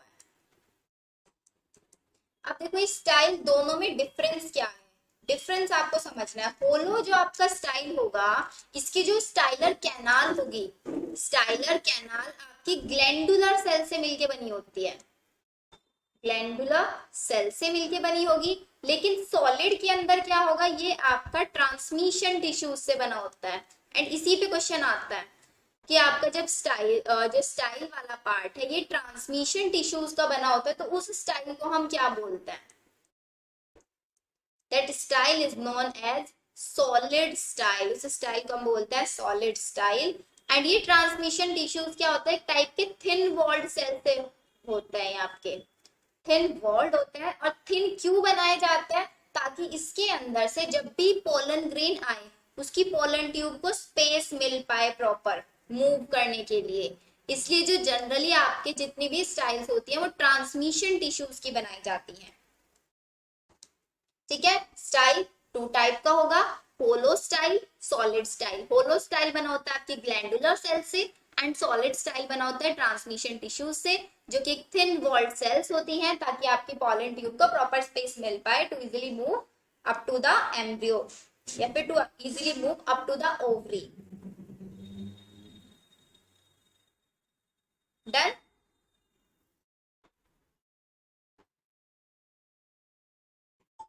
तो देखो ये स्टाइल वाला पार्ट हमारा क्लियर हुआ कि स्टाइल टू टाइप्स की होती है। इसमें याद रखना है कि जो सॉलिड वाली होती है वो ट्रांसमिशन टिश्यू की बनी होती है। यहाँ तक क्लियर। अब इसके बाद देखो जो फीमेल पार्ट होता है, this one is gynoecium.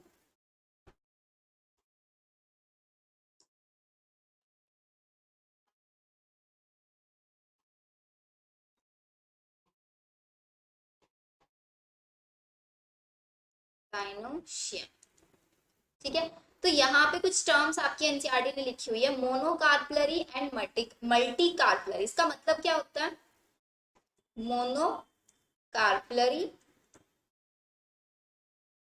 And आपका मल्टी कार्पलरी। मोनो का मतलब होता है सिंगल, एंड कार्पलरी का मतलब हुआ कार्पल। तो इसका मतलब मोनोकार्पलरी कंडीशन वो कंडीशन होगी जिसमें सिर्फ सिंगल कार्पल प्रेजेंट होंगे, राइट। एंड मल्टी कार्पलरी में क्या होगा, जब मल्टीपल कार्पल प्रेजेंट होंगे। तो यहां से भी आपका क्वेश्चन आता है कि मोनोकार्पलरी कंडीशन किसके अंदर देखी जाती है। मोनोकार्पलरी कंडीशन आपकी पाई जाती है हिबिस्कस के अंदर। दिस इज ऑल्सो इम्पॉर्टेंट, इसको भी आप हाईलाइट कर दो। ठीक है, एक यहाँ से आपका सॉलिड वाले पार्ट में से ट्रांसमिशन टिश्यूज पे क्वेश्चन आता है। अब मल्टी कार्पलरी में भी ना दो कंडीशंस होती हैं, आपने सुना होगा, एक होता है एपोकार्पस और एक होता है सिनकार्पस। एपोकार्पस और एक हुआ आपका सिनकार्पस। अब इन दोनों में डिफरेंस क्या होता है एपो और सिन में। एपो का मतलब ये हुआ कि अगर आपके जितने भी कार्पल्स प्रेजेंट हैं वो अगर फ्रीली प्रेजेंट है, एपो का मीन्स होता है फ्रीली, कार्पल्स फ्रीली प्रेजेंट है, एक दूसरे से फ्यूज्ड नहीं है, तो हम उसको बोलेंगे एपोकार्पस। और अगर सारे के सारे कार्पल्स आपस में फ्यूज्ड है तो हम उस कंडीशन को बोलेंगे सिनकार्पस, फ्यूज्ड टुगेदर। एंड यहाँ पे होंगे आपके फ्रीली प्रेजेंट। क्लियर ये चीज। अब इसका एग्जाम्पल, एपोकार्पस का एग्जाम्पल होता है जो कि बहुत पूछा जाता है एनसीईआरटी में भी, आपका माइकेलिया। एंड सिनकार्पस का एग्जाम्पल होता है आपका पेवेवर। ठीक है, याद रखने का तरीका, M4 मल्टी कार्पलरी में एपोकार्पस कंडीशन देखी जाती है माइकेलिया के अंदर, MAM कर लो इसको। एंड इसमें आप कर सकते हो मल्टी कार्पलरी में सिन कार्पस कंडीशन देखी जाती है किसके अंदर, पपाइवर के अंदर, एमएसपी। ऐसे आप इसको याद रख सकते हो या फिर जैसे आपको इजी लगे आप इसको मेमोराइज कर सकते हो। ठीक है। फिर इसके बाद मैंने आपको बताया कि जो मेजोरिटी ऑफ एंजियोस्पर्म्स है वो किस कंडीशन में होता है, उनका ओव्यूल एनाट्रोपस कंडीशन में होता है। ये चीज आपने लिख लिया। फिर इसके बाद एक और चीज यहाँ पे आती है कि जो ये ओव्यूल्स होते हैं, ओव्यूल्स जरूरी नहीं है कि सिर्फ और सिर्फ सिंगल ओव्यूल ही प्रेजेंट हो, it can be of many types. तो ओव्यूल के अंदर भी दो कंडीशंस आती है, किसी किसी फ्लावर के अंदर सिंगल ओव्यूल्स प्रेजेंट होते हैं एंड किसी फ्लावर के अंदर मैनी ओव्यूल्स प्रेजेंट होते हैं। यहाँ से भी क्वेश्चन आपका आता है कि सिंगल ओव्यूल्स किसके अंदर होते हैं, मैनी ओव्यूल्स। सिंगल ओव्यूल्स आपके सिर्फ पाए जाते हैं वीट के अंदर, paddy and mango. Many ovules आपके पाए जाते हैं किसके अंदर, वाटरमेलन एंड आपका ऑर्चिड। ये इसके एग्जांपल्स नोट डाउन करो।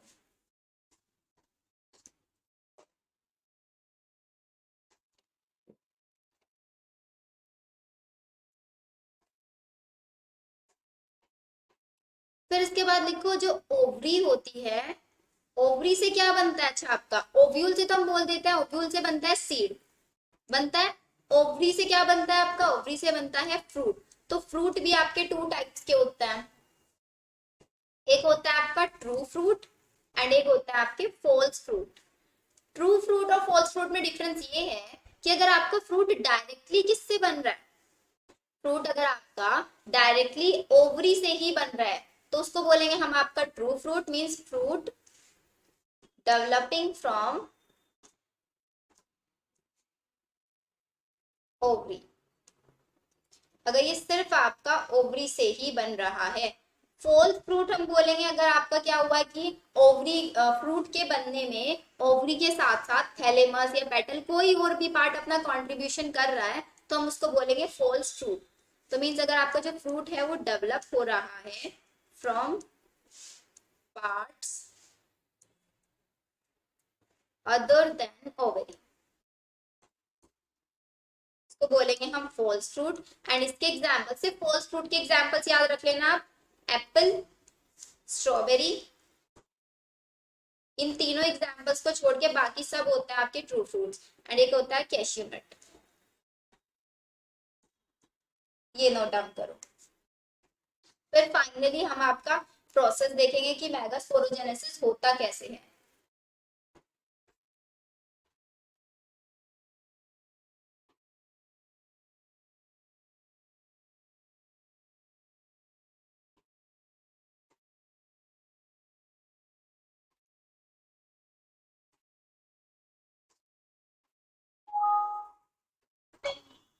हो गया, चलो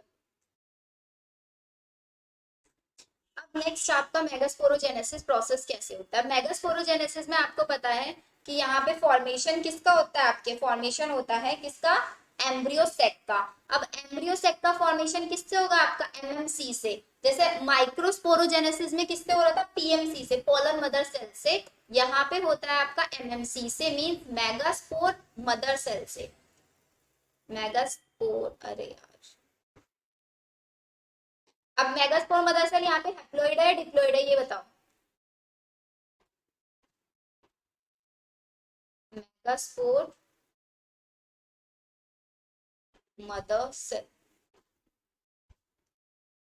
हैप्लोइड है डिप्लोइड है। माइक्रोस्पोरोजेनेसिस में पीएमसी हैप्लोइड थी या डिप्लोइड थी, डिप्लोइड थी ना, तभी तो डिडक्शनल डिवीजन कराया था। सबसे पहले कौन सा डिवीजन कराते हैं हम इसके अंदर, मियोसिस वन।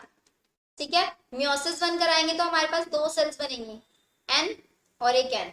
फिर से हम एक और डिवीजन कराते हैं, सेकेंड वन डिवीजन कौन सा कराते हैं, इक्वेशनल डिवीजन, जो कि होता है आपका मियोसिस टू। अब यहाँ पे आपकी बन जाती है चार सेल्स, ये बन गई हमारे पास चार सेल्स। अब इन चार सेल्स में से सिर्फ एक ही सेल ऐसी होगी जो फंक्शनल होगी, बाकी तीन हो जाएंगे आपकी डीजेनरेट। तो थ्री सेल्स डिजनरेट। अब जो एक सेल बचेगी उस सेल को हम क्या बोलेंगे, आपका फंक्शनल मेगास्पोर। यही आगे जाके फंक्शनल होगी, फंक्शनल मेगास्पोर। ठीक है, अब इसी के अंदर देखो क्या होगा, ये रही आपकी यहाँ पे एन फंक्शनल मेगास्पोर, जिसको मैं एफएम से लिख रही हूँ। समझ जाओगे ना, एफएम फंक्शनल मेगास्पोर। अब इसके अंदर क्या होता है यहाँ पे, 3 टाइम्स कैरियोकाइनेसिस होता है। कैरियोकाइनेसिस का मतलब हुआ इसका साइटोप्लाज्मिक डिवीजन होगा, सॉरी न्यूक्लियस डिवीजन होगा। 3 टाइम्स कैरियोकाइनेसिस होगा। अब 3 टाइम्स कैरियोकाइनेसिस होगा तो इसके अंदर कितनी सेल्स बनेंगे, मींस इसके अंदर कितने न्यूक्लियस बनेंगे, क्योंकि न्यूक्लियस का डिवीजन हो रहा है। देखो, एक से तो बनेगी 2, है ना, 2 से बनती है 4 और 4 से बनती है 8, तभी तो है ना टीम। एक डिवीजन ये हो गया न्यूक्लियस का, एक डिवीजन ये, एक डिवीजन ये। सपोज इसके पास सिर्फ एक न्यूक्लियस है, एक न्यूक्लियस का पहले टाइम डिवीजन हुआ तो 2 बन गए, 2 से 4, 4 से 8, मींस टोटल 8 न्यूक्लियस इसके अंदर बन जाएंगे। बन गए 8 न्यूक्लियस। फिर कैरियोकाइनेसिस के बाद इसके अंदर होगा साइटोकाइनेसिस, मींस अब इसके किसका डिवीजन होगा, साइटोप्लाज्म का डिवीजन होगा, जो फाइनली स्ट्रक्चर हमने आपकी स्टार्टिंग में बनाई थी। ये देखो ऐसे 3 तो आपकी चलाजल एंड पे जाके चिपक जाएंगे सेल्स, 2 सेंटर में होंगे एंड 3 माइक्रोपाइलर एंड पे। जो आपके चलाजल एंड की साइड में, इनके अंदर भी देखो न्यूक्लियस आ गए, यहाँ पे भी आपके न्यूक्लियस ये रहे। ऊपर वाले 3 सेल्स को हम क्या बोलते हैं, आपके एंटीपोडाल सेल्स।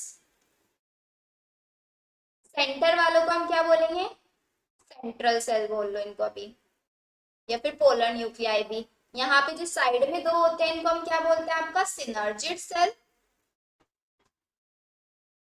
एंड सेंटर वन वाली को हम बोलते हैं आपका एग सेल। ठीक है यहाँ तक। अभी इंपॉर्टेंट चीज जो आपको याद रखनी है यहाँ पे, जिन सिनर्जिड सेल्स के जिस साइड में ना एक फिलीफॉर्म एपरेटस प्रेजेंट होता है, जस्ट इसके साइड में क्या प्रेजेंट होता है, फिलीफॉर्म एपरेटस। अब ये फिलीफॉर्म एपरेटस का काम क्या होता है, ये यहाँ पे प्रेजेंट क्यों है, इसका मेन काम ये होता है बिकॉज आपको पता है ये पोलन ग्रेन आएगा, ये पोलन ग्रेन की पोलन ट्यूब इसी एंड से यहाँ से एंटर होगी, तो इसकी एंट्री को गाइड करने के लिए जरूरत होती है फिलीफॉर्म एपरेटस की। तो फिलीफॉर्म एपरेटस का सिर्फ ये काम होता है कि it guides the entry of pollen tube. ये बहुत इंपॉर्टेंट है आपका, लिखो इसको, it guides the entry of pollen tube. And ये पता है आपका 2015 में और 2011 में और 2008 में 3 बार सिर्फ यहीं से क्वेश्चन पूछा गया है, what is the role of filiform apparatus, या फिर फिलीफॉर्म एपरेटस किसके पास प्रेजेंट होता है, सिनर्जिड सेल के क्लोज में प्रेजेंट होता है। इसका काम क्या होता है, एंट्री ऑफ पोलन ट्यूब को गाइड करने का काम होता है। सिर्फ देखो इतना सा पॉइंट है, 3 बार क्वेश्चन आया हुआ है यहाँ से।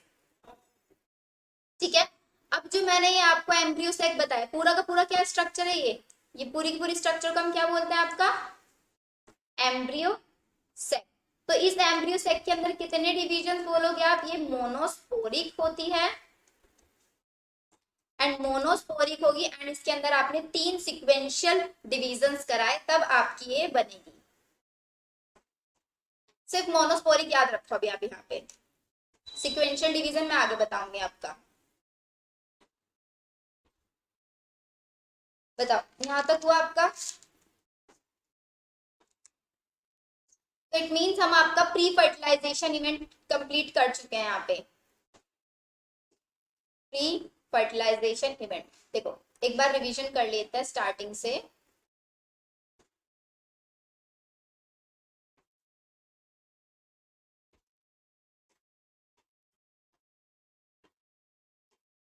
नई स्लाइड में ही रिवीजन करता है। देखो हमने देखा sexual reproduction in flowering plants के अंदर क्या, एंड्रोशियम होता है और गाइनोशियम। ये हमें क्लियर है। एंड्रोशियम के अंदर 2 पार्ट है, एंथर और फिलामेंट। गायनोशियम के अंदर 3 पार्ट है, stigma, style and ovary. Androecium ने किस प्रोसेस के थ्रू, माइक्रोस्पोरोजेनेसिस के थ्रू क्या बनाया, पोलन ग्रेन बनाया। पोलन ग्रेन के पास कितनी सेल्स थी, 2 सेल्स थी, वेजिटेटिव सेल और सेकेंड वन कौन सी सेल थी आपकी यहाँ पे, जनरेटिव सेल। ठीक है। गाइनोशियम ने आपका क्या बनाया, एम्ब्रियो सेक बनाया। किस प्रोसेस के थ्रू बनाया, मेगास्पोरोजेनेसिस के थ्रू, मेगास्पोरोजेनेसिस के थ्रू। इसके अंदर हमने देखा अरेंजमेंट क्या था सेल्स का, 3+2+3, 3 एंटीपोडाल सेल्स, बीच में 2 सेंट्रल न्यूक्लियाई, 3 में से 2 synergid cell and +1 egg cell. था ये नहीं आपका, तो इस अरेंजमेंट को 3+2+3 भी बोल सकते हैं। एंड ये भी आपका नीट में पूछा जाता है कि एम्ब्रियोसेक के अंदर सेल्स का अरेंजमेंट क्या होता है। तो अब यहाँ पे आपका एग बन चुका है, यहाँ पे आपका बन चुका है पोलन ग्रेन। अब हमें क्या कराना है, मीन्स हमारा गैमेटोजेनेसिस प्रोसेस कंप्लीट हो चुका है। अब हमें कराना है इनका फर्टिलाइजेशन, मीन्स पोलिनेशन। क्या कराना है अब हमें, पोलिनेशन इवेंट अब हमें करानी है। एंड पोलिनेशन क्या होता है, transfer of pollen grain from anther to stigma. ठीक है, ये आपका प्रोसीजर होता है पॉलिनेशन का। डिफरेंट डिफरेंट टाइप के हमें पॉलिनेशन देखना है। अब एक चीज यहाँ पे ये है कि पॉलिनेशन की हमें जरूरत क्यों पड़ी, डायरेक्ट फर्टिलाइजेशन क्यों नहीं हो सकता है यहाँ पे जैसे कि ह्यूमंस में हो सकता है, क्योंकि यहाँ पे जो मेल एंड फीमेल गैमेट है वो दोनों के दोनों गैमेट कैसे हैं, इमोटाइल गैमेट्स हैं। दैट्स वाई यहाँ पे आपको पॉलिनेशन कराना ही पड़ेगा, बिकॉज दोनों के दोनों ही इमोटाइल हैं। क्लियर ये चीज।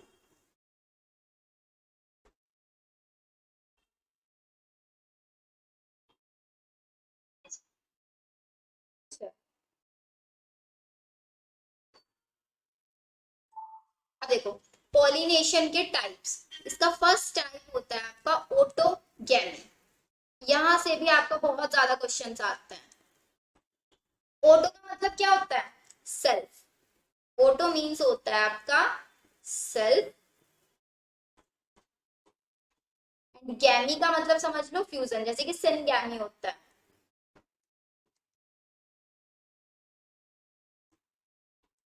तो ऑटोगैमी में क्या हो रहा है, सपोज ये है फीमेल पार्ट एंड जस्ट इसी के पास में प्रेजेंट है पोलन ग्रेन्स, ये रहे। तो डायरेक्टली यहां से पोलन ग्रेन डिस्पर्स हो जाएंगे ना स्टिग्मा पर। किसी पॉलिनेटर की या फिर पॉलिनेटिंग एजेंट्स की हमें जरूरत पड़ी, नहीं पड़ी। तो ऐसे प्रोसेस को हम बोलते हैं ऑटोगैमी, मींस जहां पे सेल्फ पॉलिनेशन हो सकता है। When pollen of same flower, लेकिन अब फ्लावर की कंडीशन कैसी होनी चाहिए, मोनोइशियस होना चाहिए, डाइशियस होना चाहिए।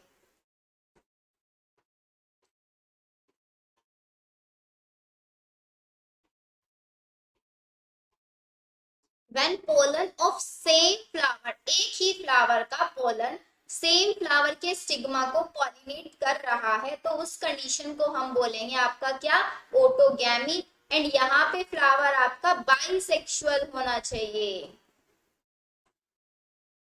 बाइसेक्सुअल मींस दोनों के दोनों जेंडर सेम ही फ्लावर के अंदर प्रेजेंट होने चाहिए।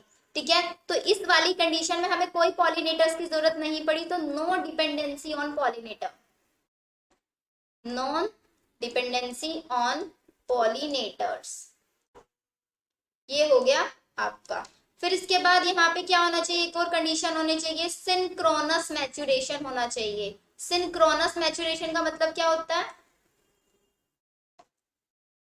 Synchronous maturation of male and female gametes.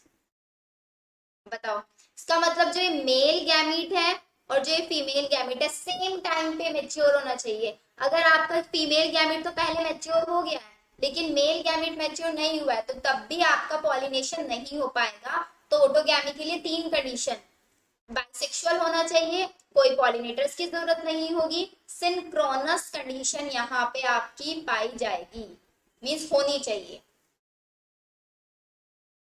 Done इतना। अब ऑर्थोगैमी आपका 2 टाइप्स का हो सकता है। The first one is your chasmogamous and the second one is your क्लाइस्टोगैमस।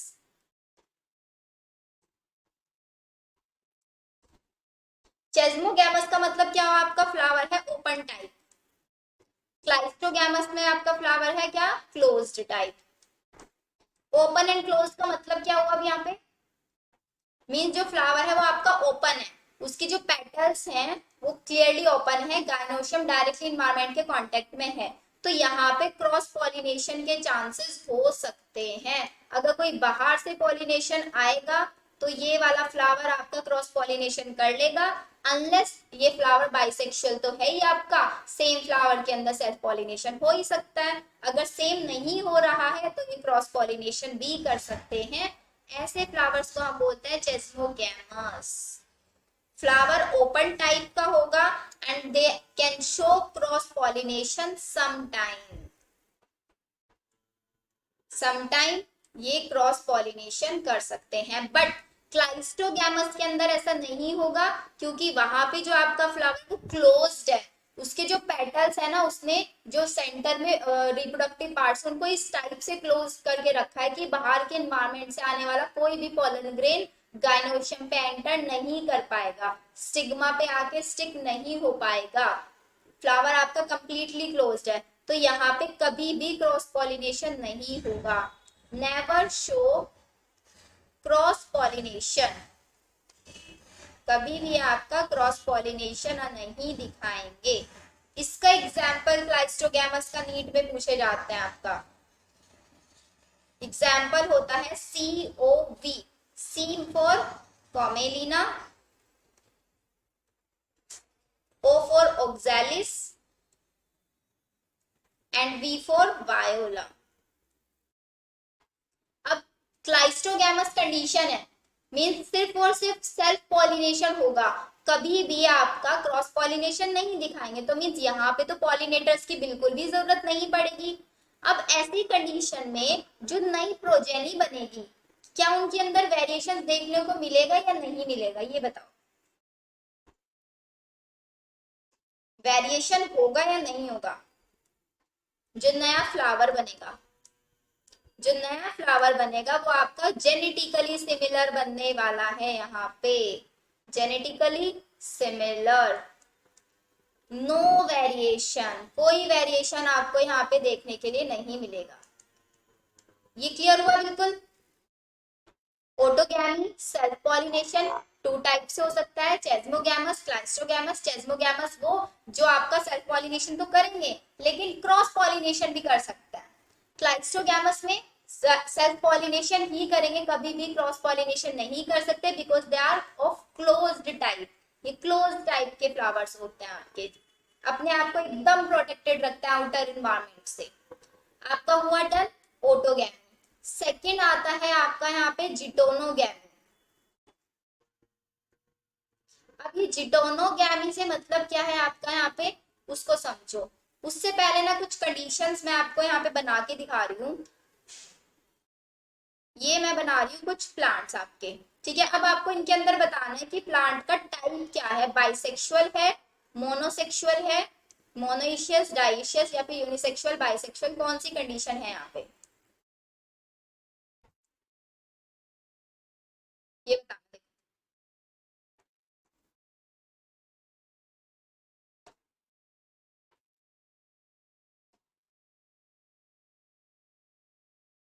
4 type के मैंने फ्लावर्स बना दिए, प्लांट्स बना दिए। अब इसके अंदर जो फ्लावर है, सपोज ये आपका मेल है तो ये फीमेल होगा, ये मेल है तो ये फीमेल होगा। यहाँ पे देखो ये आपका female, this one is also female, this one is also female, this one, एक सेकेंड एक सेकेंड एक सेकेंड, नहीं यहाँ पे फीमेल नहीं, सिर्फ मेल मेल, क्योंकि तभी तो जिटोनोगैमी हम कराएंगे। सारे मेल है इस प्लांट में, और इस प्लांट में सारे के सारे फीमेल्स हैं।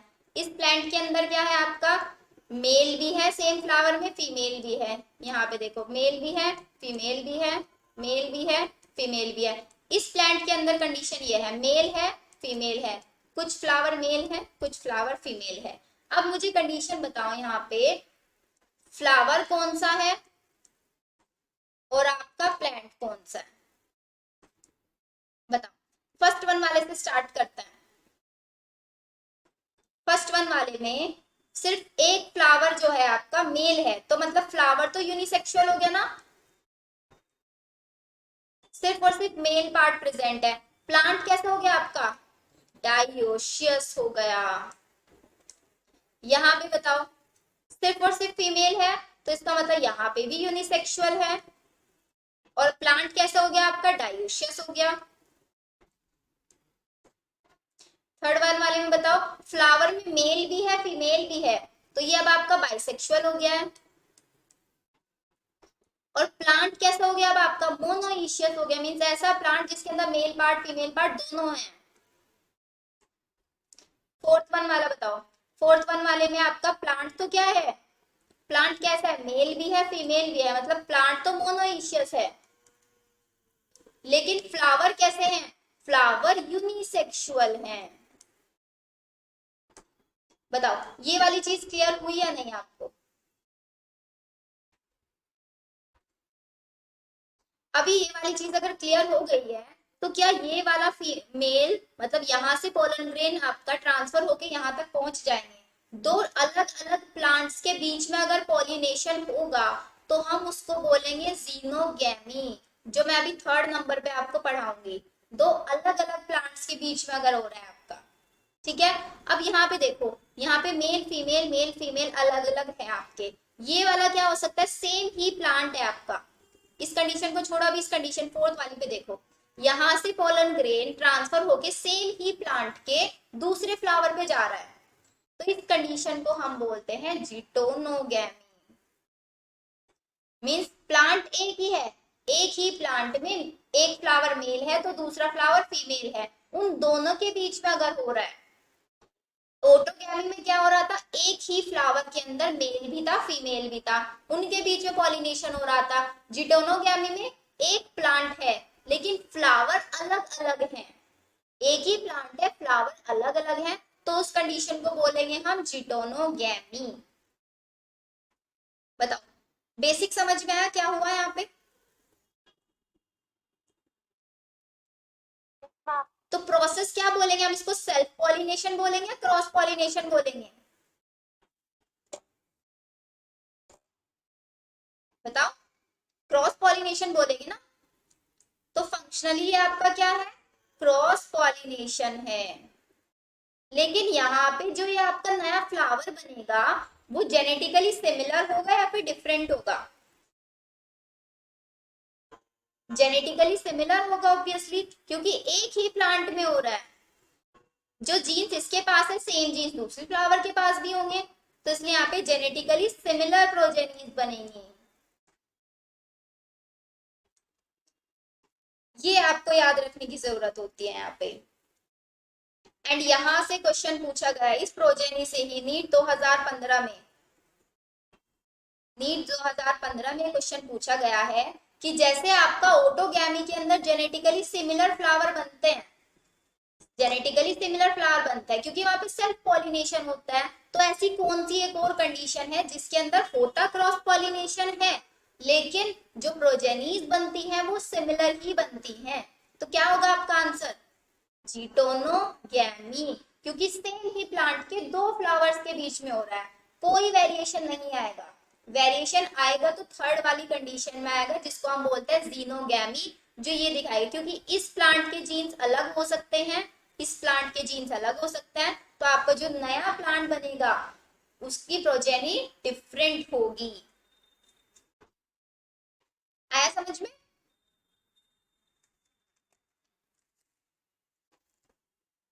बताओ जल्दी से। चलो अब थर्ड कंडीशन लिखो आपका जीनोगैमी। एग्जाम्पल तो मैंने वो पीछे बता ही दिया है, जीनोगैमी का प्लांट बना के डेफिनेशन लिख लो बस यहाँ पे। When pollen of one plant pollinates stigma of another plant belonging to same species. When same species का मतलब है कि दो मैंगो प्लांट्स के बीच में अगर पॉलिनेशन हो रहा है। When pollen of one plant pollinates stigma of other plant